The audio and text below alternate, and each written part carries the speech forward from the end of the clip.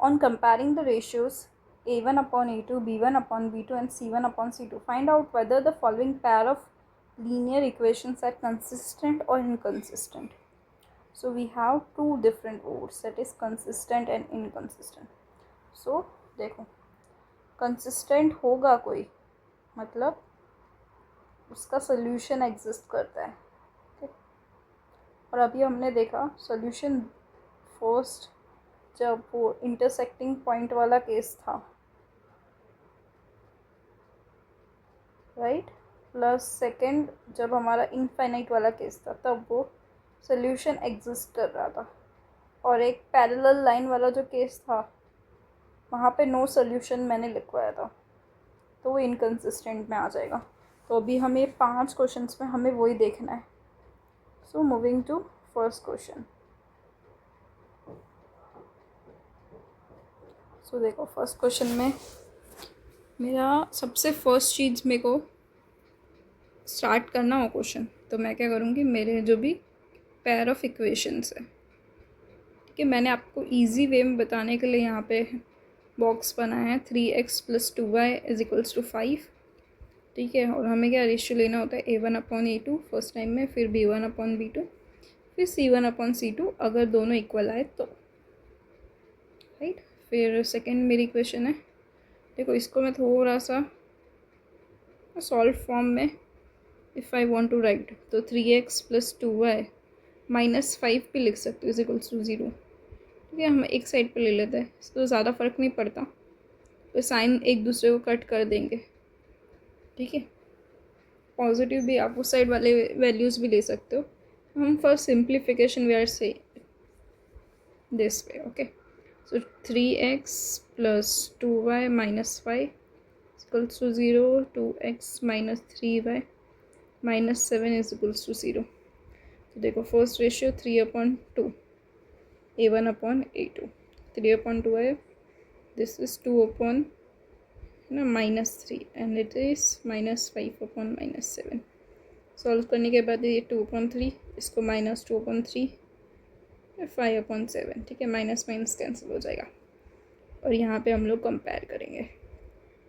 सबसे पहले मैंने बोला था a1 upon a2 और b1 upon b2 को कंपेयर करो, तो नॉट इक्वल है, मतलब फर्स्ट वाला केस ही होगा, मतलब उसके है ना, फर्स्ट वाला केस होगा इंटरसेक्टिंग पॉइंट वाला case, intersect at a common point,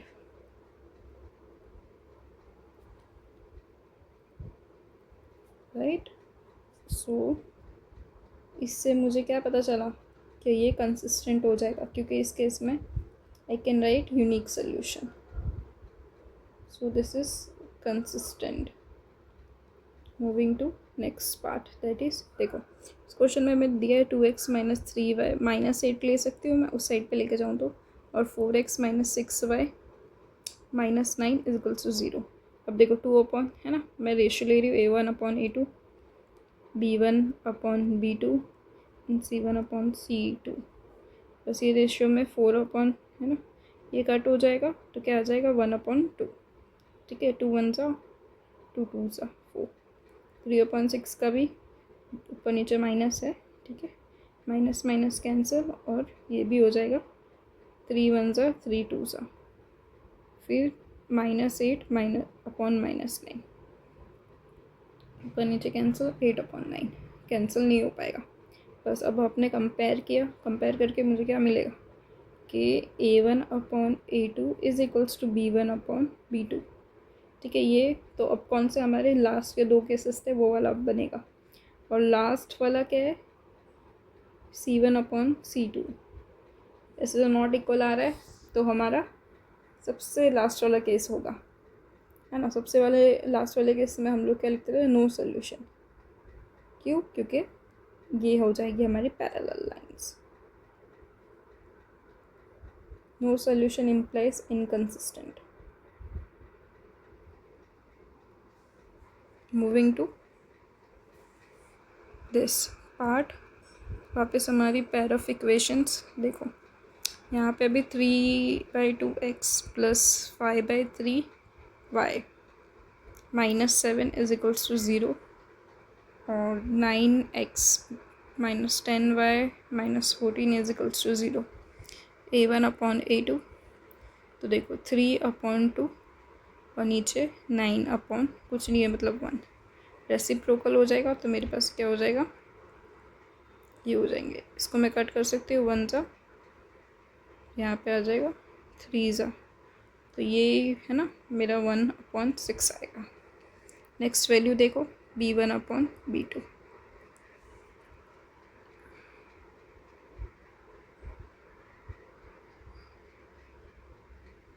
next है b1/b2, तो देखो b1/b2 में मैं क्या कर सकती हूँ, 5/3 नीचे -10/1, इससे मुझे क्या मिलेगा रेशियो, 5/3 और 1/10, ठीक है, माइनस भी होगा तो -1 ज़ा 2 ज़ा, यहाँ पे से मुझे -1/6 मिल रहा है, राइट।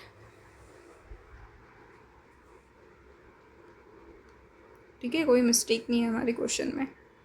ठीक है, फिर अब C1/C2, वैसे तो दोनों नॉट इक्वल टू आर है ना, A1/A2 is not equals to B1/B2।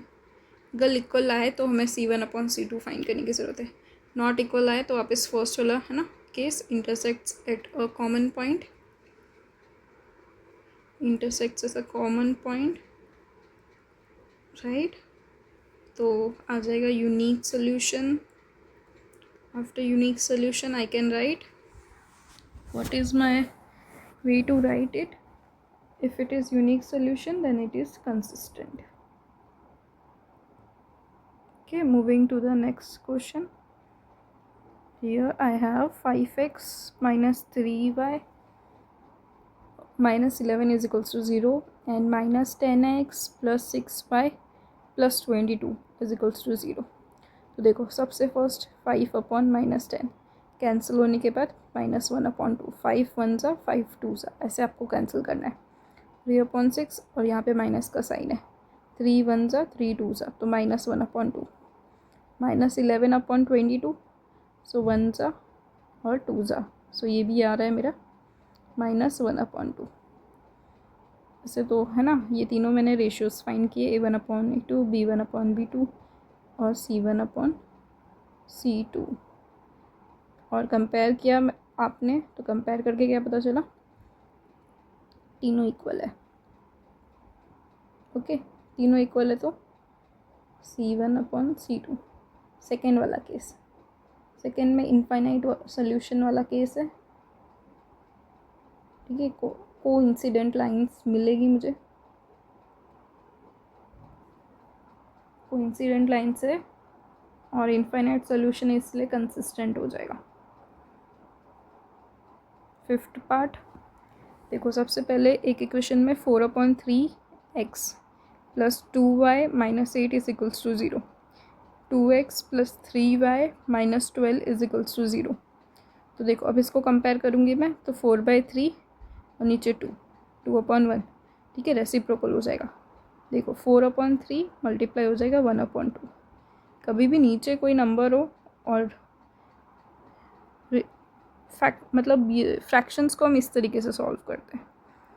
ठीक है, यहाँ पे 1 ज़ा, यहाँ पे 2 ज़ा, तो मेरे को आ रहा है, मिल रहा है क्या, 2/3, फर्स्ट रेशियो से 2/3 मिला, राइट, और यहाँ पे 2x प्लस 3y है, तो 2/3, सेकेंड रेशियो से भी 2/3 मिला, मतलब A1/A2 is equals to B1/B2। ठीक है, यहाँ से भी 2/3 मिल रहा है। फिर अब नेक्स्ट क्या है, -8/12, तो 4 2 ज़ा 4 3 ज़ा, माइनस माइनस प्लस है ना, सब कैंसिल हो गया, तो 2/3, मतलब C1/C2 भी इक्वल है। तो कोइंसिडेंट लाइंस, जैसे कि ऊपर वाले केस में देखा मैंने, और उससे मुझे इनफाइनाइट सोल्यूशन मिलेगा। ओके, और ये क्या हो जाएगा, मेरा कंसिस्टेंट हो जाएगा। So we are done with this question.